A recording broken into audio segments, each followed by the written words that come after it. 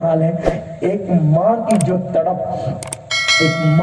تڑپ اس کے بچے کے حوالے سے ہے، اس سے زیادہ تڑپ مصطفیٰ جان رحمت کی اپنی امت کے حوالے سے ہے. آقا پوچھتے جبریل تم نے میری امت کو بھی جہنم میں دیکھا ہے؟ میری امت کو بھی تم نے جہنم میں دیکھا ہے؟ جبریل امین حضور کے پوچھنے پر آخر کہہ پڑے ہاں یا رسول اللہ، میں نے آپ کی امت کو بھی جہنم کے اندر دیکھا ہے.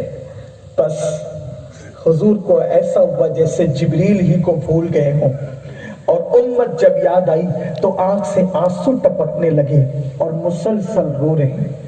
ایک ہی سوال، رب حبلی امتی، رب حبلی امتی، رب حبلی امتی. اللہ میری امت کو میرے حوالے کر دے، میری امت کا معاملہ میرے حوالے کر دے، گویا میری امت کی مغفرت کر دے، امت کی بخشش کر دے. ایک ہی بات. اب جبریل علیہ السلام سے کوئی گفتگو نہیں، کوئی سوال نہیں، کوئی جواب نہیں، کوئی بات چیت نہیں. یہاں تک روایتوں میں آتا ہے، عارف رومی کہتے ہیں کہ حتیٰ کہ آقا اتنا روئے آنسو اتنے بہے، داڑھی تر ہو گئی آنسوؤں سے، اور آقا نے اپنا حجرہ بھی چھوڑ دیا. حجرے سے باہر نکلے اور حجرے سے باہر نکل کر میرے آقا حتیٰ کہ مدینہ منورہ ہی میں نہ رہے، مدینہ منورہ سے بھی باہر نکلے، اور مدینہ منورہ سے باہر جانے کے بعد ایک غار میں تشریف لے گئے. آج بھی مدینہ منورہ میں وہ غار ہے. میں نے اس غار کی زیارت کی ہے اور اس میں میں نے سجدہ بھی کیا ہے. الحمدللہ تعالی اللہ آپ کو بھی مدینہ طیبہ دکھائے تو آپ بھی اس غار میں جانا. اہل مدینہ اب بھی اس کو غار سجدہ کہتے ہیں. وہ امت کی یادگار، جو امت سے محبت کی یادگار ہے، بڑی پیاری یادگار ہے. آقا اس غار میں گئے اور مسلسل سجدے میں روتے رہے، اور روتے ہوئے ایک ہی عرض کرتے ہیں رب حبلی امتی، رب حبلی امتی. روتے روتے گویا کہ آنسوؤں کی ایک عارضی نہر سی جاری ہو گئی ہو. آقا کریم صلی اللہ علیہ وآلہ وسلم نظر نہیں آتے صحابہ کو. ایک دوسرے سے صحابہ پوچھتے ہیں آقا کہاں گئے، آقا کہاں گئے، حضور کہاں گئے، حضور کہاں گئے. کوئی بتا ہی نہیں پا رہا ہے. گھر پہ پوچھا، سیدہ سے پوچھوایا، کچھ پتا نہیں. حسنین کریمین روتے ہیں، سیدہ پاک روتی ہے، صحابہ روتے ہیں.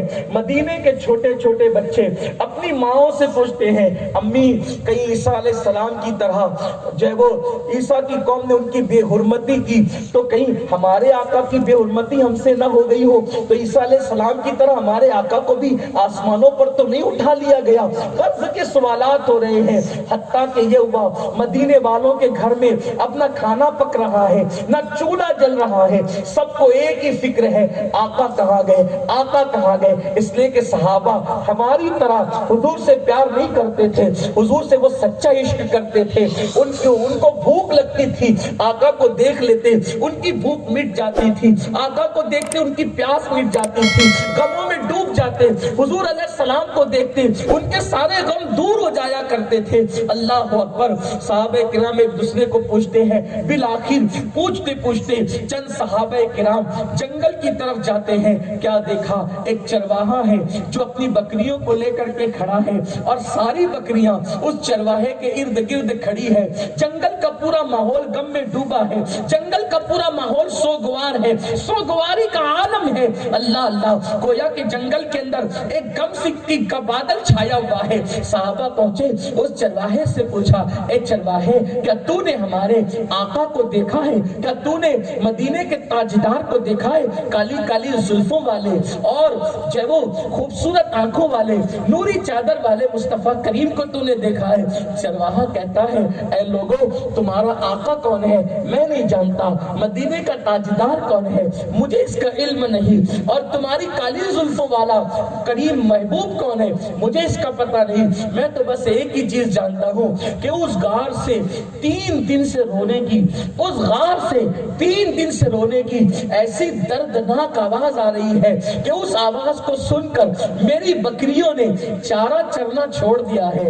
3 دن سے میری بکریاں چارہ نہیں کھاتی، اور جب وہ آواز رونے کی بلند ہوتی ہے ایسی دردناک تک آواز اٹھتی ہے کہ کلیجہ کانپ جاتا ہے۔ صحابہ نے پوچھا کیا آواز آتی ہے اس غار سے؟ تو کہا چرواہے نے جب وہ آواز آتی ہے تو یہی آواز میں سنتا ہوں، رب حبلی امتی، رب حبلی امتی، رب حبلی امتی، اے اللہ میری امت کو بخش دے، میری امت کا معاملہ میرے حوالے کر، میری امت کو بخش دے، میری امت کا معاملہ میرے حوالے کر۔ صحابہ سمجھ گئے، صحابہ سمجھ گئے امت کے غم میں اگر کوئی رونے والی ذات ہے، کیونکہ کوئی نبی تو ہے نہیں زمین کے اوپر ہمارے نبی کے سوا جس کی نبوت کا سکہ چل رہا ہو، صحابہ کرام سمجھ گئے آمنہ کے نال کے سوا کوئی نہیں ہو سکتا جو امت کے غم میں رو رہا ہو۔ صحابہ کرام گئے، راوی بیان کرتے ہیں جب صحابہ غار کی طرف بڑھے تو کیا دیکھا کہ پتھر پر حضور علیہ السلام کی پیشانی ناز رکھی ہوئی ہے، وہ نازنین خوبصورت پیشانی جس کے ماتھے شفاعت کا سہرا رہا، وہ مبارک اور خوبصورت پیشانی جس سے نور کی جھڑیاں چڑھتی تھی، وہ خوبصورت پیشانی اللہ اکبر جس کے سر پہ ختم نبوت کا تاج تھا، وہ ایک پتھر پر ہے اور حضور دعا کر رہے ہیں رب ابلی امتی۔ آنسو اتنے نکل چکے ہیں، آنسو اتنے نکل چکے ہیں کہ آنسو داڑھی میں لگ کر ٹپکتے ہیں اور پتھروں سے گزر کر کے گویا کہ آنسو بہتے ہوں۔ امام اہل سنت نے غالباً اسی کی عکاسی کی ہو، اللہ کیا جہنم اب بھی نہ سرد ہوگا، اللہ کیا جہنم اب بھی نہ سرد ہوگا، رو رو کے مصطفیٰ نے دریا بہا دیے۔ صدیق اکبر نے دیکھا رو پڑے، صحابہ کا کلیجہ منہ کو آ گیا، یا رسول اللہ، اللہ آپ کی امت کی بخشش فرما دے گا، حضور اتنی مشقت نہ فرمائیں، حضور اتنی تکلیف نہ فرمائیں، اس لیے کہ وہ آنسو کم نہ تھے۔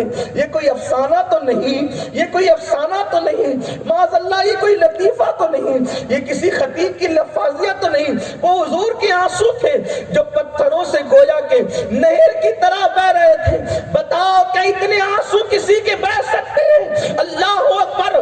غم امت میں امت کو جہنم سے بچانے کے لیے، امت کو جنت کی راہ کا مسافر بنانے کے لیے حضور اتنا روئے ہیں، اتنے آنسو بہائے ہیں۔ لیکن اپنے آپ سے پوچھنا چاہتا ہوں، حضور کے غلام کہلانے والوں، عاشقان رسول کہلانے والوں، اس رونے کے صلے میں ہم نے اپنے نبی کو کیا دیا؟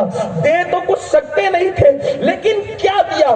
یہی نہ کہ آج وہ قبر انور میں آرام فرما رہے ہیں، لیکن قبر انور میں بھی ہم ان کے دل کو نشتر لگانے کی کوشش کرتے ہیں، ان کا دل دکھانے کی کوشش کرتے ہیں، ان کو تکلیف پہنچانے کی کوشش کرتے ہیں۔ اے میری قوم کے جوانوں، حضور کا صدقہ، ہم جو کھا رہے حضور کا صدقہ، ہم جو پہ رہے حضور کا صدقہ، ہم پہ جو خوشیاں حضور کا صدقہ، ہم جو سانسیں لے رہے حضور کا صدقہ، ہم پر جو انعامات کی برسات ہے حضور کا صدقہ، ساری نعمتیں حضور کا صدقہ، زندگی حضور کا صدقہ، اچھے مکانات حضور کا صدقہ، ساری نعمتیں صحت حضور کا صدقہ، سب ان کے صدقے میں پانے کے بعد ہم قبر انور میں ان کا کتنا دل دکھا رہے ہیں۔